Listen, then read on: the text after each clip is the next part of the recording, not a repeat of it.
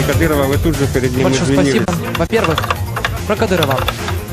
Никогда в жизни с ним не общался. Точка. Я не ваш оппонент. Я ваш приговор.